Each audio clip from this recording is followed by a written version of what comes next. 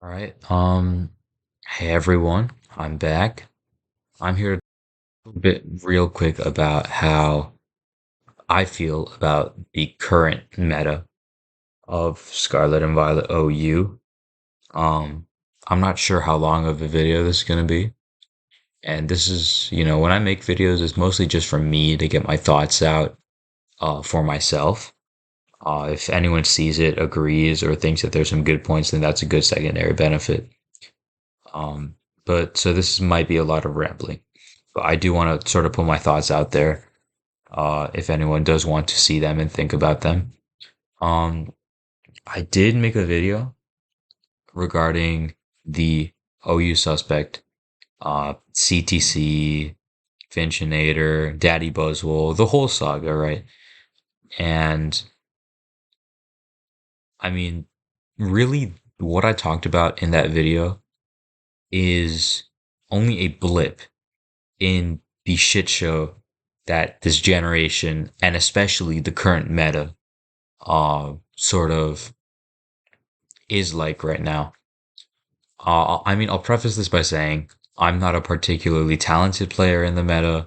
I've never like qualified for a tour. I never signed up for a smogon tour in the OU format. Uh, OU is definitely not my meta of choice.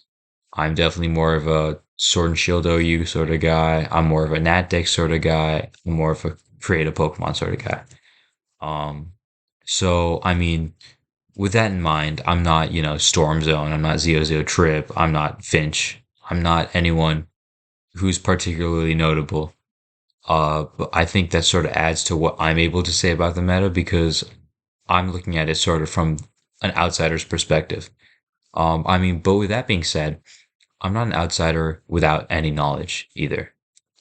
Speaking of this, I'm not an outsider without any knowledge at all. So, I mean, I think that what I'm saying is valuable to some degree, and I think that it's important that my perspective is also one that is heard to some degree on this meta. So, I'll just show you guys real quick what Gen 9 OU is like. This meta, frankly, this meta's fucked. I paid a lot of attention to Scarlet and Violet, OU, and the meta when it first came out. And even then, the meta was very fucked. There was always a new threat getting banned. Right now, for example, right now, if you look at Ubers, I could tell you right now what got banned when I was there. Annihilate got banned because of Rage Fist. I remember Doom got banned because of Last Respect Sand Rush.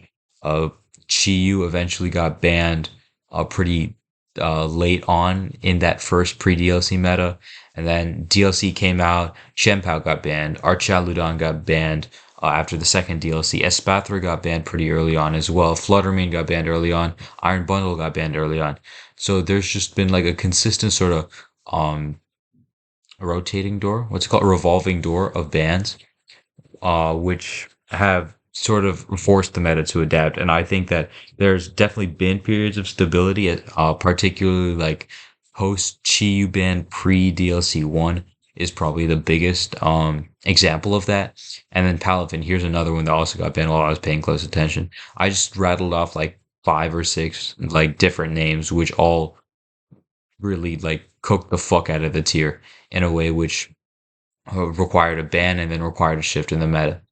And then DLC 1 came and then Ogerpon fucking flipped his shit. Ursaluna Blood Moon got banned. And then DLC 2 came out, Qianpao got banned, or Chaludon got banned.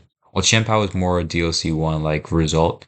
Then after DLC 2, or Chaludon's a direct result of that. And then there were some suspects which were also done, such as the one on Gouging Fire that I talked about, which failed. There was one on Curum. I don't remember the time frame on that one, but that one also failed. Um, and yeah, it's just stuff like that that's happened in this tier. Um, and despite all this tiering action, the tier is still full of brokens. The tier is still fucking terrible to play. And ultimately, I'm going to say that this is because of one reason, and that is the free change your type button, increase your stab button, the free do everything that you want to do button. Qian Pao was a threat. You know, Chi was a threat. There were big offensive threats in the meta that really focused on centralizing team building. But the existence of Terra centralizes building in a way which is unique and separate from a Pokemon centralizing a meta. And this is not only a gripe that I have with Scarlet and Violet OU or Scarlet and Violet any of their metas right now. It's also a gripe that I had even when it came to Gen 8 National Dex. Gen 8 National Dex was, in my opinion, I'll talk about Gen 8 National Dex real quick. In my opinion, Gen 8 National Dex was an incredible meta, probably my favorite one on Smogon, but it was completely ruined by the fact that the council and basically the meta and the prominent players and the player base in general pretty much like sort of treated Z moves as a necessity. I think that Z moves made National Dex profoundly more unenjoyable than a Z move less National Dex. Um, and yeah, something that I'll say real quick about, especially about National Dex, but also about Scarlet and Violet OU. Every single time a Pokemon got banned in National Dex, in the description there would be something talking about how this Pokemon got banned. Why? Because it was very good. It was very centralizing. Blah blah blah. It was able to run multiple sets. It was able to run past things that should be able to hard counter it. Blah blah blah. But ultimately, a huge thing that was, I think, I remember looking through the balance changes of National Dex OU around Gen 8 DLC time, and it was like every single Pokemon that got banned was its incredibly centralizing, blah blah blah. Its ability to run Therium Z, Ghostium Z, Dragonium Z, stuff like that. Um, was what broke it. Its ability to run a Z move was what broke it. Its ability to run different types of Z moves was what broke it. Uh, a very key example is Cinderace, which got suspected twice in National Dex. Second time got banned because of its fucking bulk up Normalium Z set. You know how insane it is to get banned for a bulk up Normalium Z set as a Cinderace. Like, it's stuff like this which really really makes you wonder, like, why is this such a common trend, and why is this not something which is getting a lot of attention? Why is this not something which, if this set or this item clearly breaks so many Pokemon and they weren't even considered threats before? Like in my example of Cinderace, Cinderace really was a very balanced Pokemon with a very good contribution to the meta in National Dex. And then people started discovering and playing around with Z sets, and it got suspected of banned. And it's things like that. Like Dragapult also got banned because of its Dragon Dance Ghostium Z set. Stuff like that, where you can see that these Pokemon were good, healthy additions to a meta, and then they get broken by this mechanic. It's just so frustrating seeing people, continually go through all of these bans, and just ultimately all of them are due to the same mechanic, and yet this mechanic just isn't questioned. It's ubiquitous. Um, and I mean, something which is also important to say is like, especially when I'm talking about bans and balance action, I feel like Gen 8 National Dex and Scarlet and Violet OU have a lot more in common than could potentially be thought, because the DLC shook up the National Dex meta a lot in Gen 8 as well. Um, I don't know if there's any like National Dex people or experts that might be tuning in, but if you all might remember, after DLC 1 of Gen 8, about 6 Pokemon were quick banned by the council just because of the sheer way that this shook up the meta. Um, and these were less due to Z moves and more due to the fact that the meta was so warped by Z moves that the introduction of this power creep was even deemed as something which was doable, and then was quickly found out to be not doable at all. So, with this National Dex example in mind, I'll move to Scarlet and Violet OU. we'll move to Ubers real quick and take a look at the amount of things that got banned here and the amount of things that were able to abuse Terra. Annihilate used Terra water very frequently. Chiyu used, I believe, Terra Grass, and Chen Pao also did Terra for extra firepower. Baxcalibur did the same. Archaludon, I'm not too sure about that, but I'd hazard a guess that it also did very similar things, especially considering its role on Rain. We'll move on. Iron Bundle used Terra pretty frequently, which was a big reason why it was sort of broken, so to speak. Palafin was using Terra to a lesser degree. Typically, it used, I believe, Terra Water to compound its stabs, but still very important to note. Hearthflame was literally defined and carried by Terra, um, because when it terras, it gets all this stupid shit. Um, Flutter Mane terrored very often. Yada yada. Like, you get the idea. All of these Pokemon that are banned have a common link, and that's the fact that they abuse Terra to get past their usual checks. And this is, I believe, the biggest reason behind the insanity that is Scarlet and Violet OU. So we'll move back to the OU thing just so I can, show the ones that are currently in OU. The fact that in Scarlet and Violet OU, you can have a Pokemon which has a great matchup into a team, but a poor matchup into others. But you're able to flip that script is something that I don't believe is very healthy. Um, and what I mean by that is, let's say, for example, that I was in Gen 8 OU. Let's say I had an Urshifu or something. And this Urshifu, or matched incredibly well into more balanced team comps, perhaps maybe didn't do as well versus offense and struggled to break some walls. Now let's say that this Urshifu is able to suddenly change its defensive typing to be able to withstand hits from Revenge Killers. Now let's also say it's able to compound its offensive typing, or it's able to add a new stab to its offensive typing. The whole script flips, right? Now Urshifu is something which has clearly defined counterplay into becoming something which has clearly defined counterplay, but only if they don't pull this one time use thing in the battle. And I really don't buy the fact that Terra increases the, I guess, variability, enjoyability, balance, or anything of the sort of the tier. And I think that a lot of the arguments that are in favor of Terra revolve around either Matka's bad, makes meta more interesting, and you have Terra too. All of which I don't believe are very good. And, there are definitely a lot of prominent players out there and a lot of very good players out there who would be very in favor of Terra uh, because of, what it provides to team building, what it provides to battling. And I'm less convinced by this.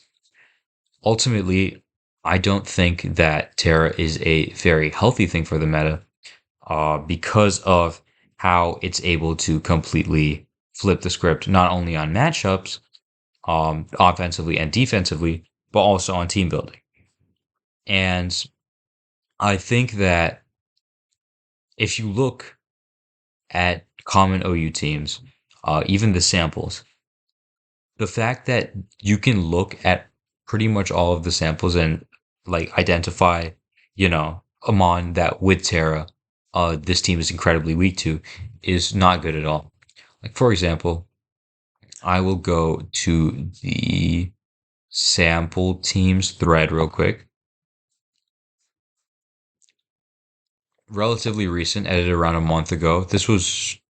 I'm not sure if this was post Archbin or not, but look at a team like this and be like, oh yeah, this loses very handily to, let's say, this looks like it loses very handily to Enamorous with a Terra type, or this loses very handily to, some other wall breaker or heavily offensive mon that Pantera and completely evade its offensive and defensive counterplay.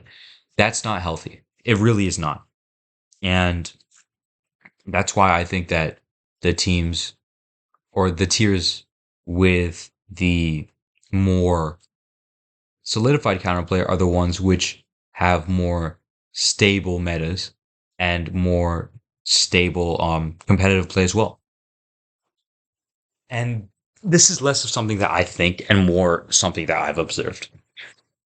If you and its tournaments versus even Gen 8 OU or Gen 8, national decks or Gen 8 creative Pokemon or any of the tiers that I'm familiar with because, I'm the one making this example.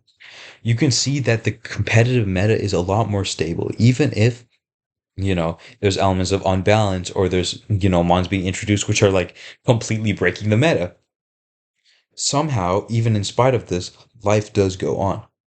Um, like for example, when Dracovish was running rampant in early Gen 8 OU, there was clear and consistent counterplay, but Dracovish still often found a way to sort of work around it.